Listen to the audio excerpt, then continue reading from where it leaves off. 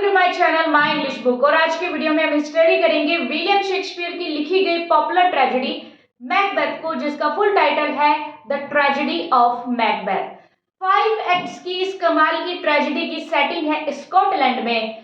1623 में ये ट्रेजेडी पहली बार पब्लिश हुई थी और ऐसा माना जाता है कि 1606 में इस ट्रेजेडी को पहली बार परफॉर्म भी कराया गया था। विलियम शेक्सपियर ने टोटल 4 ट्रेजेडीज को लिखा है और इन 4 ट्रेजेडीज में से सबसे छोटी ट्रेजेडी मैकबेथ है। कहानी को शुरू करने से पहले एक नजर इस कहानी के किरदारों पर। शेक्सपियर की सस्पेंस से भरी हुई इस कहानी का सबसे पहला किरदार है किंग डंकन। ये है स्कॉटलैंड का किंग।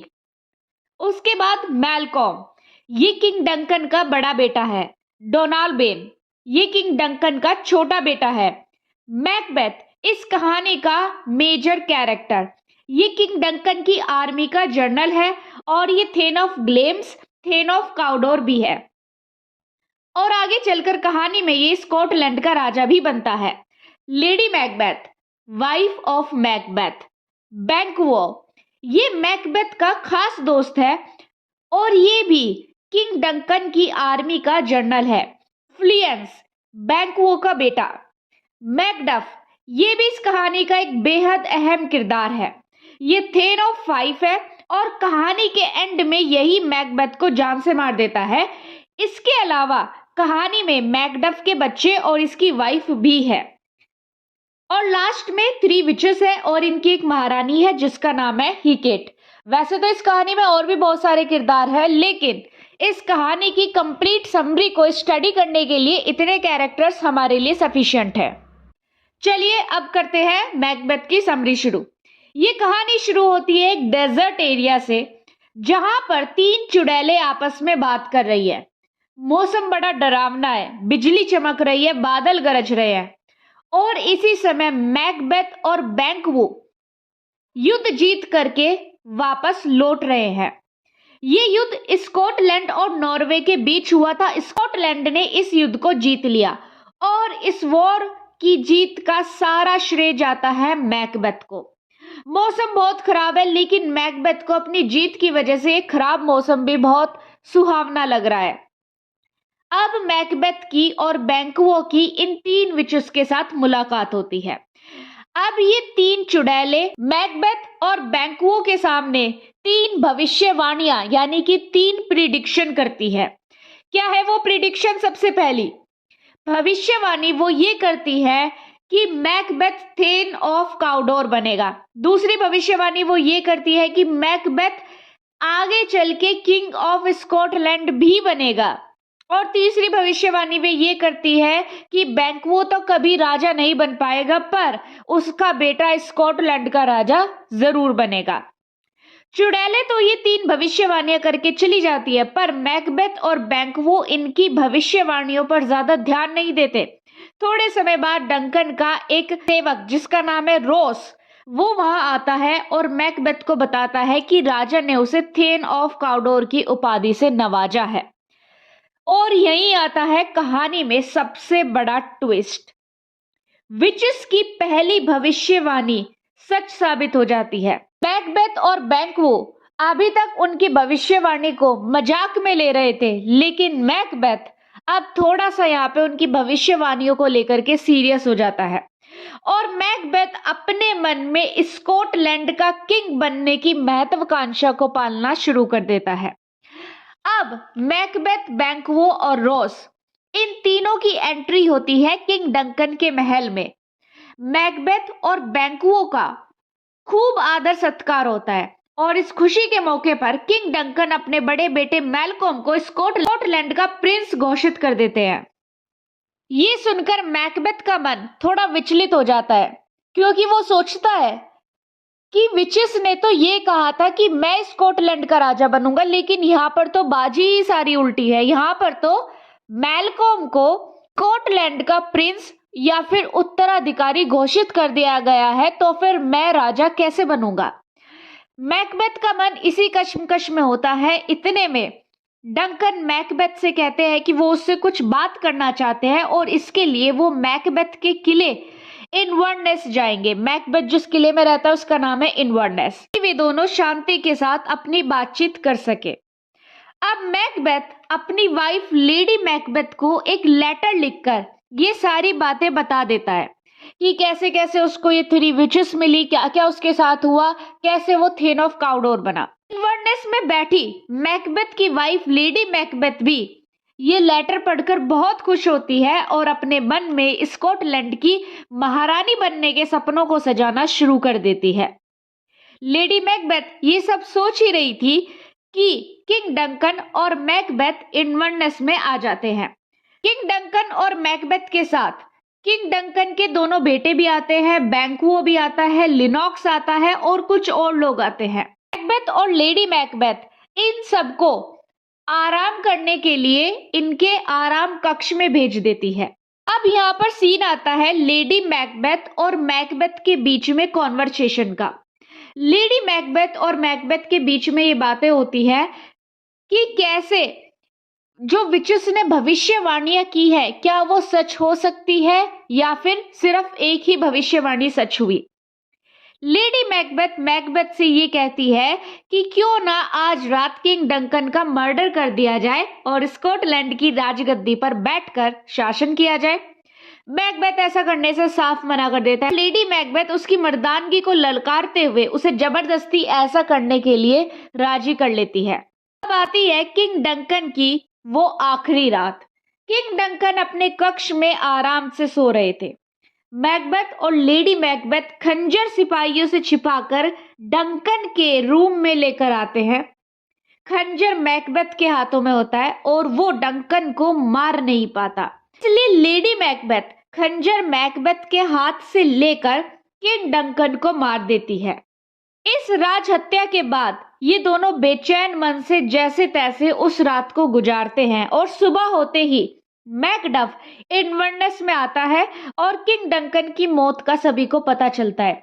लेडी मैकबेथ और मैकबेथ सारा इल्जाम सिपाहियों पर डालने की कोशिश करते हैं, लेकिन मैकडफ और बैंक्वो को कहीं ना कहीं हल्का सा शक हो जाता है कि डंकन को मैकबेथ ने ही मारा है। तो यहाँ पे आप 2 बातें ध्यान रखिएगा। सबसे पहली ये कि जब उन 3 विचेस ने शुरू में भविष्यवाणियां की थी तब वहां पर मैकबेथ के अलावा सिर्फ एक बैंक्वो था। दूसरी बात ये कि किंग डंकन को मारने के लिए मैकबेथ और लेडी मैकबेथ दोनों जाते हैं, लेकिन मैकबेथ नहीं लेडी मैकबेथ किंग डंकन को मारती है। अब कहानी को आगे देखते हैं।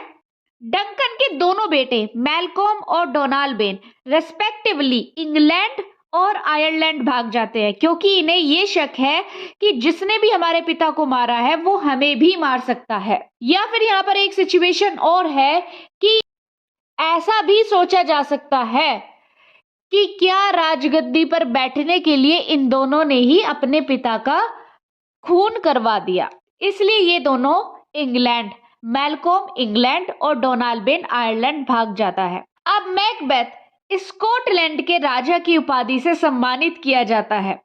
मैकबेथ राजा तो बन गया, लेकिन राजा बनने के बाद भी उसके मन में उन विचेस की भविष्यवाणियों को लेकर शंका है, क्योंकि तीसरी भविष्यवाणी में उन्होंने बैंक्वो के बेटे के राजा बनने की बात कही थी।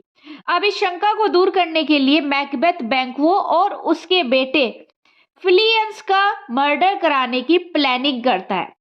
वो उन दोनों को मारने के लिए हत्यारों को भेजता है, लेकिन बैंक्वो मर जाता है और फिलियंस बच करके भाग जाता है।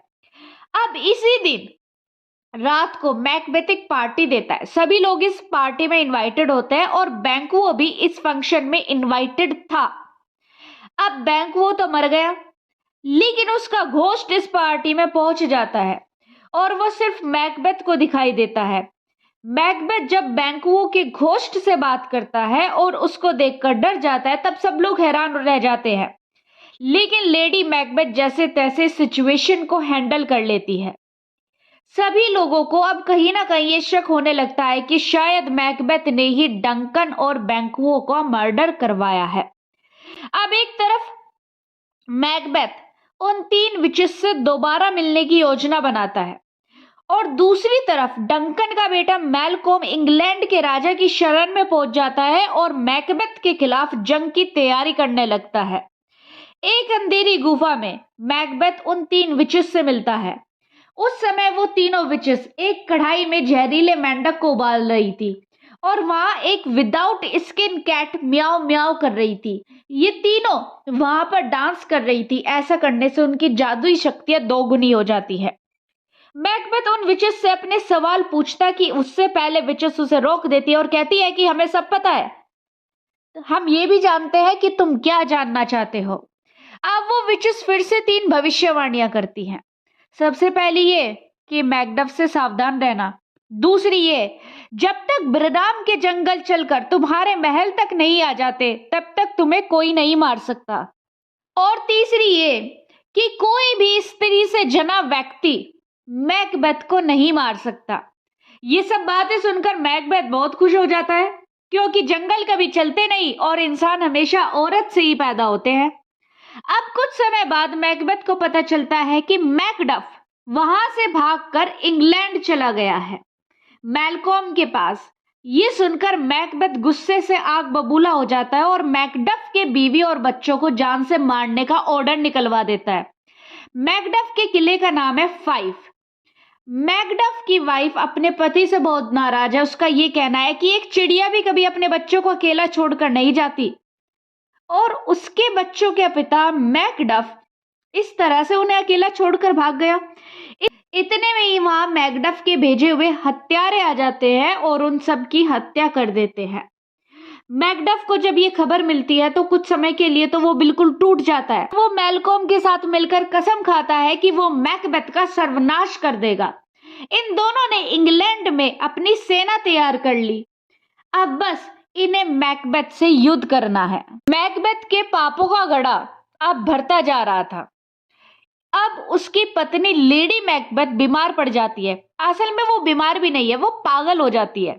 वो नींद में चलती है, जलती हुई कैंडल लेकर के पूरे महल में घूमती है, घंटों तक अपने हैंड वॉश करती रहती है। उसे लगता है कि किंग डंकन का ब्लड अभी भी उसके हाथों में लगा हुआ है। दूसरी तरफ मैकडफ अपनी सेना के साथ मैकबेथ पर अटैक करने की तैयारी में है। मैकबेथ को पूरा यकीन था कि उसे कुछ नहीं होगा, क्योंकि उन 3 विचेस की बातें उसे बार बार याद आ रही थी। मैकबेथ यही सोच रहा था कि जंगल कभी चलते नहीं, उसे कुछ नहीं होगा। लेकिन कुछ दिनों बाद मैकबेथ ये नोटिस करता है कि ब्रनाम के जंगल के पेड़ उसके महल के कुछ नजदीक आते जा रहे हैं। अब आप लोग सोच रहे होंगे कि भला जंगल कैसे मैकबेथ के किले के नजदीक आ सकते हैं? क्या ये जंगल सच में चल रहे हैं? असल में मैकडफ, मैलकॉम और डोनाल्ड बेन ये तीनों अपनी सेना के साथ मैकबेथ के किले की तरफ उस पर अटैक करने के लिए बढ़ रहे हैं। इन सब ने खुद को एक एक पेड़ के पीछे छिपा लिया है ताकि मैकबेथ को इनकी संख्या का पता ना चले, और ये लोग रोज थोड़ा थोड़ा आगे बढ़ते हैं जिससे मैकबेथ को शक ना हो।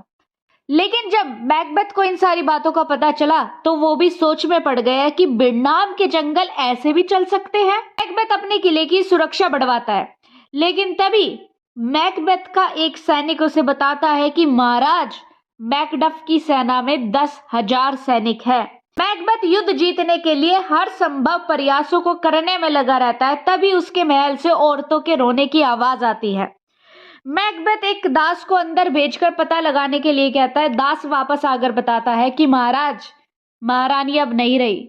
अपनी पत्नी की मौत की खबर सुनकर मैकबेथ टूट जाता है। उसके अंदर से जीने की इच्छा खत्म हो जाती है।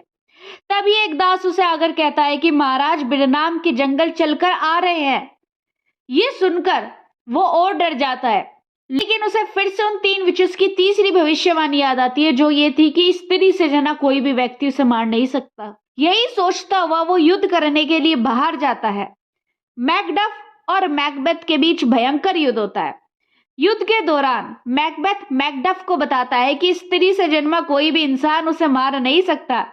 ये बात सुनकर मैकडफ कहता है कि अच्छा, फिर तो तुझे मैं ही मारूंगा, क्योंकि मैं समय से पहले ही अपनी माँ के पेट से चीर कर बाहर निकाला गया था। ये सुनकर मैकबेथ के पैरों के नीचे से जमीन खिसक जाती है। मैकडफ कोई साधारण इंसान नहीं था। मैकडफ ने मैकबेथ से आत्मसमर्पण करने के लिए भी कहा, पर उसने मना कर दिया। मैकबेथ का सर धड़ से अलग कर देता है। मैकबेथ की मौत के बाद मैकडफ डंकन के बेटे मैलकॉम को स्कॉटलैंड का राजा घोषित कर देता है।